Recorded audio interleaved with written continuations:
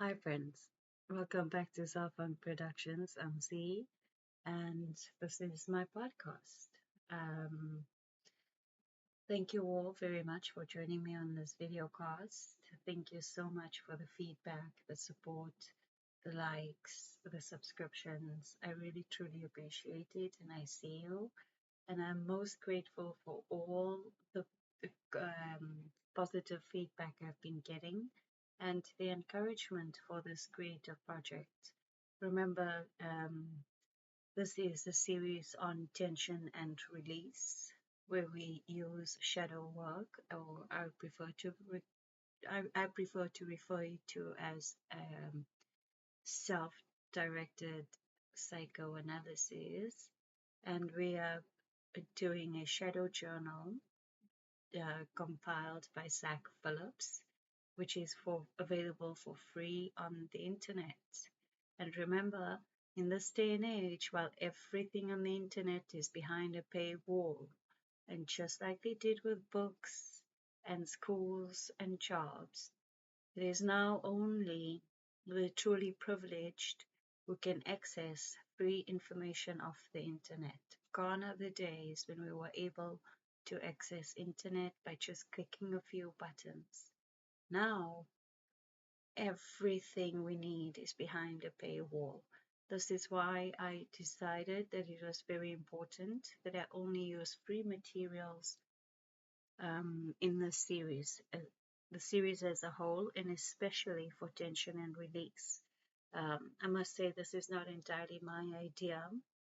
I got it from a former therapist. Hey, Mark.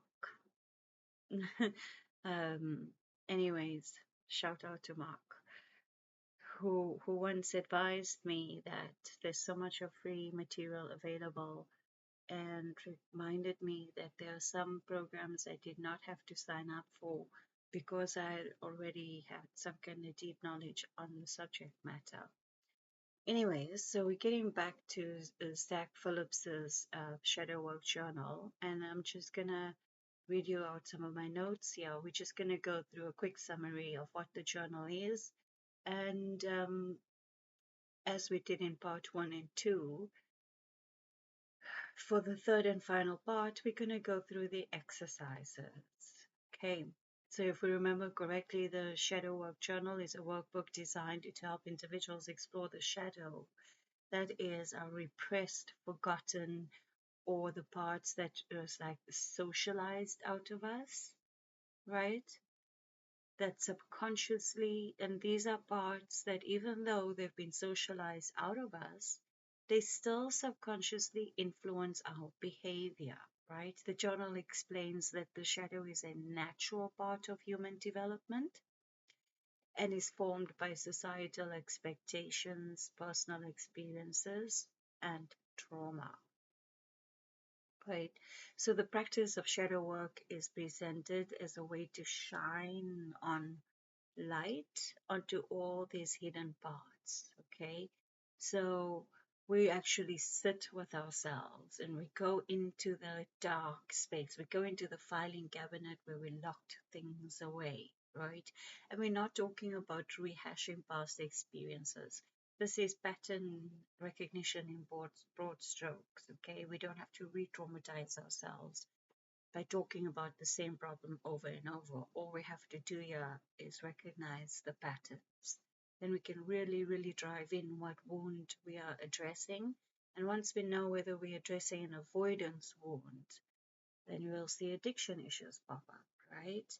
If we're addressing a parental wound, then we see relationship issues pop up. If we have had any kind of traumatic experiences, we see our trust wound come up, okay? But I digress. Let's just carry on here. So once you know what wound you're dealing with, it is much, much better to interrupt behaviors. It is much, much better to be a lot more compassionate for you in those moments when you are triggered, when you are dysregulated. And it also, once you are in those spaces and you have the capacity along with the tools, and the shame is gone, you come back to your baseline so quickly. And from one good decision, you just end up making better and better choices as you go along. Anyways, so we're back onto the book. The practice of shadow work is really presented in a way to shine light on these dark hidden aspects. This particular document warns you multiple times, right? And almost in every section, there's a little bit of a warning that this process can be very confronting and may bring up some hidden parts of yourself that you're not ready to deal with. And that is okay, but you need to have your support systems in place, whether it's family members, a friend, your therapist, whether you're practicing self care. Like maybe after you do your shadow work journal practice, you go for a long walk, you come home, you have a bath or a shower, and you go rest, right? Maybe you have to walk it off. So the journal essentially comes in like a couple of parts, which is, we can say three main parts. Okay, the first part, it introduced us to the shadow work. We defined what the shadow works are. We talked a little bit about our archetypes, if you remember, the persona. That's the face you put onto the world. Like right now, I'm in full persona. If I had to just be in my natural habitat, it would be makeup free, hair crazy, maybe not even wearing a t-shirt. Who knows, right? Then also understanding our masculine in our feminine, and for the masculines, they're feminine in their masculine, right? Because we're told to repress all of that. But we need the energies of the feminine and the masculine to really be dancing like a tango. Okay? And what other archetype are we working with once we're in community? Are we working from the hero archetype, right? That's, you are the savior of the day, part of the avoidance wound. A lot of people with the avoidance wound end up in this space, like with the hero archetype, because they would much rather save someone else than save themselves.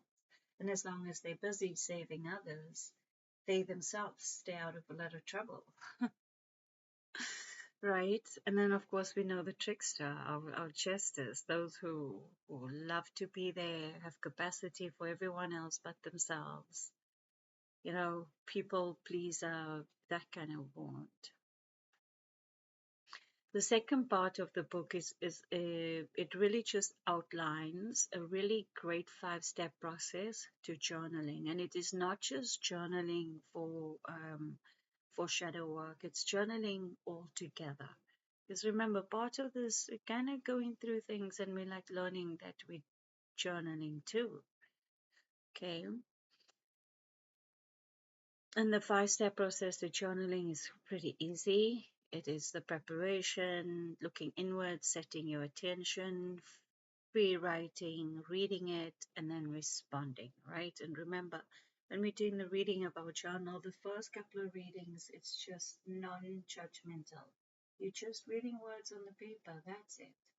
It's when you step away from it and a few days later, you come back in your wise archetype.